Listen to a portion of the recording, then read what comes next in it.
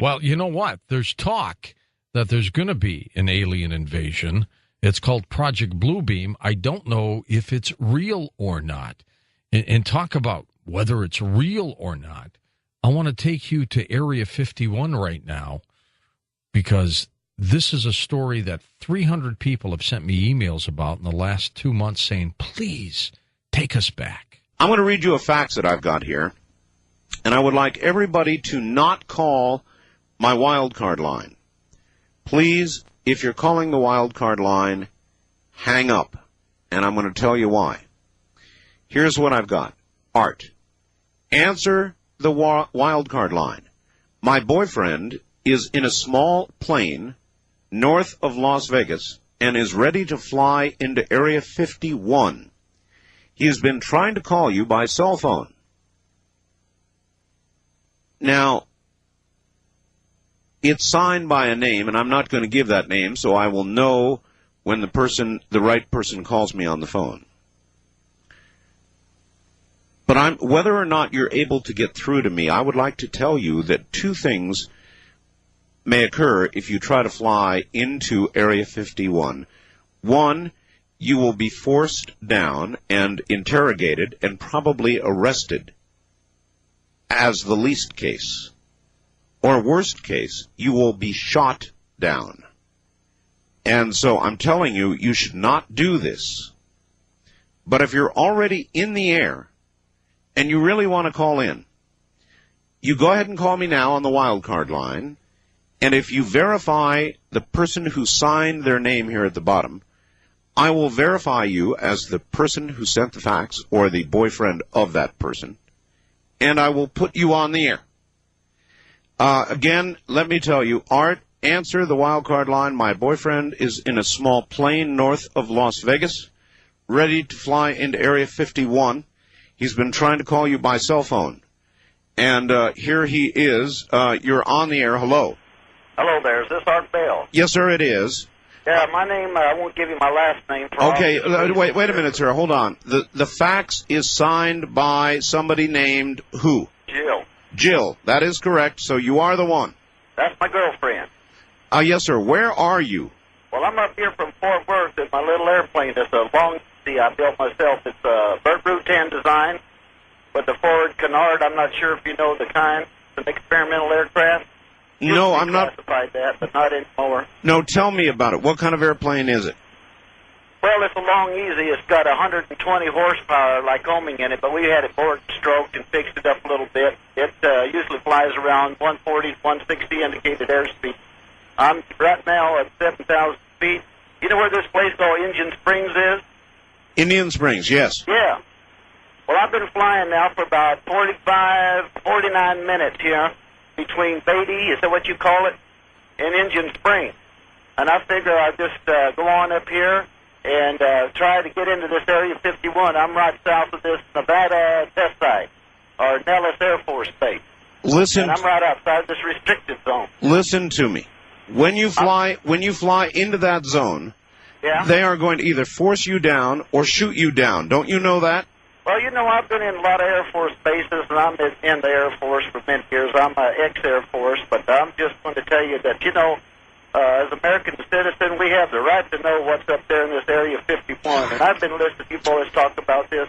Hold on here, I'm making a turn. Just a second here. And I'm going to go on up there and see what's going on. And I just wanted to let you know about that before I do that, don't you know? How long do you estimate it's going to be before you... I figure about 12, 14 minutes. I can crank this baby up a little bit here. Let's do that. Let's crank this thing on up. We got some pretty good mountains here off to my west, don't you know? I'm turning up north right now, and I can see the Air Force Base out there in the distance. It's got 3 runways. It looks like they're all lit up. And A-shaped. It's like north-south. Got a lot of desert up here, don't you, boys? A lot of desert, yes. A lot of desert. You're liable to get yourself killed. I'm sorry, sir. You have to speak a little loud. I cranked this engine all the way up here. I hope I said you're liable to get yourself killed. Well, we'll get up there in a few minutes, yeah, and we're just going to see what's going to happen, because this is I've got Red Crosses painted on this baby, and I got hospital on it, see? And maybe they're going to think that I'm on some kind of a mercy flight, and I'm just off course. And I've got the radios cut off, because you can have radio failure, don't you know? And so I'm going to hold this thing steady here, about around 65, 6,800 feet. Why are you doing this? Why are you I'm doing going to this? get to the bottom of this. I'm a American. My family has been American for years, and I want to get down in here, and I want to find out what's happening here. All right, then why are you doing it at night? Because that's the best way to get in here. But No, even if you manage to overfly the area, I'm in the restricted zone. I just entered the restricted zone. I see a bunch of lights out there. Looks like some kind of a searchlight coming on. You're in the restricted zone now? I just crossed that restricted zone. I'm going to drop this thing down. I'm telling you, you're going to get shot down. Hold on here now. I got my pressure suit on. I don't really need one of this kind of aircraft. It's not like a jet, but it helps to, when I make some tight turns here. And I'm going to cut down here. Now, let's see what these boys are going to do. I don't see anybody coming up here yet. I just see a bunch of lights. But I'm pretty far from that Area 51. I figure about another 8-9 minutes here. And it's hard to calculate it right now trying to talk to you. I'm trailing an antenna out here about 30 feet so I can keep this phone conversation. If we get cut off, then... But I'm going to go up here and see what's going on. They say there's a bunch of UFOs and there's all kind of things out here. And I want to get this baby right down here about 1,000 feet. And we're going to see if there's any UFOs or anything out here, what's going on. Listen, I think you're making a mistake. Well, sir, I might be, but, our tax dollars pay for all this.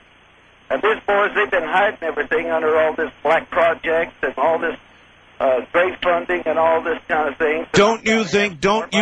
Sir, hold it. Don't you think that we have a right to national security secrets?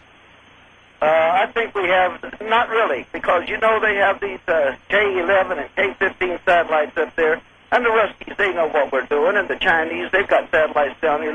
They know what's going on. The only thing that don't know what's going on is the common folk like me and you, and us common folk got a right to know because we're funding all this. How long have you been planning this? I got this thing down here about 1,000 feet. I've been planning this thing now. I'm right on the deck, not quite on the deck. I'm at 1,000 feet.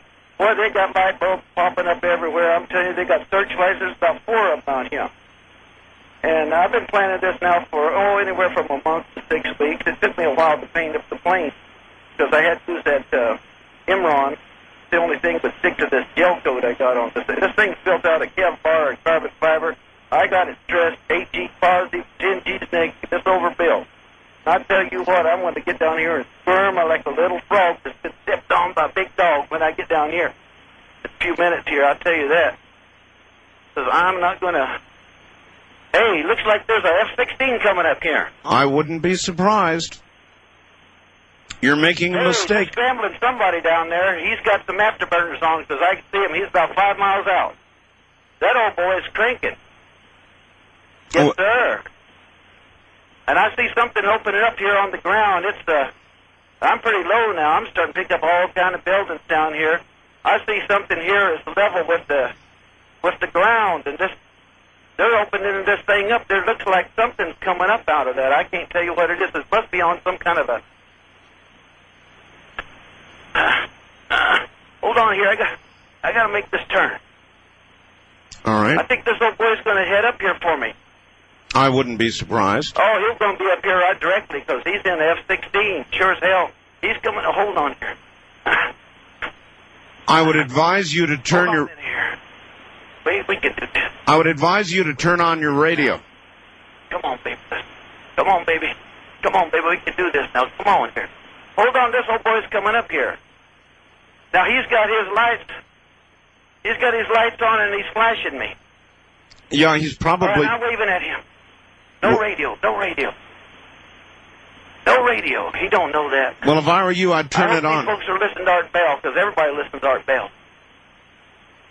Well, maybe if you're making... I got to get some airspeed. You're making a bad calculation because if they're not listening, you're going to be shot down. I don't know what he's going to do here. He's rocking his wings at me right now. He's rocking his wings, and he's cutting in front of me. And you know this, oh, don't cut from me now, because if he cuts that close, stay off.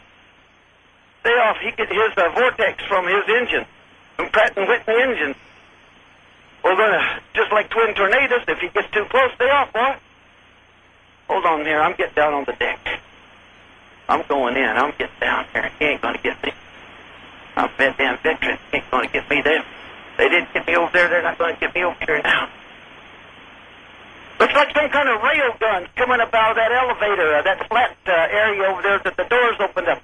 It's got some kind of a weird-looking barrel on it with a light. And, oh, hell, they're doing something. They're shooting at me now. Oh, God. No, baby, I'm going in. I think I'm going in.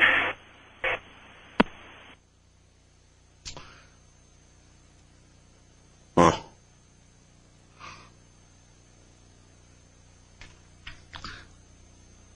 Well, I'm not sure what we just heard.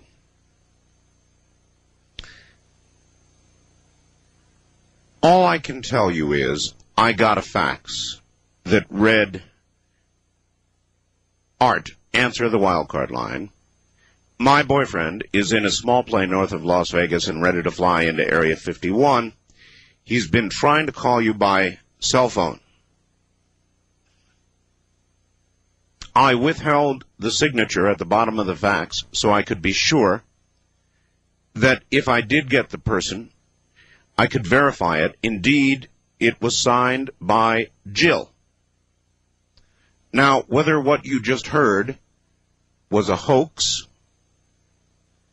or the real thing, I have no way of telling you, and I have no way of knowing. You tell me. And you tell me. It's one of the old coast-to-coast classics.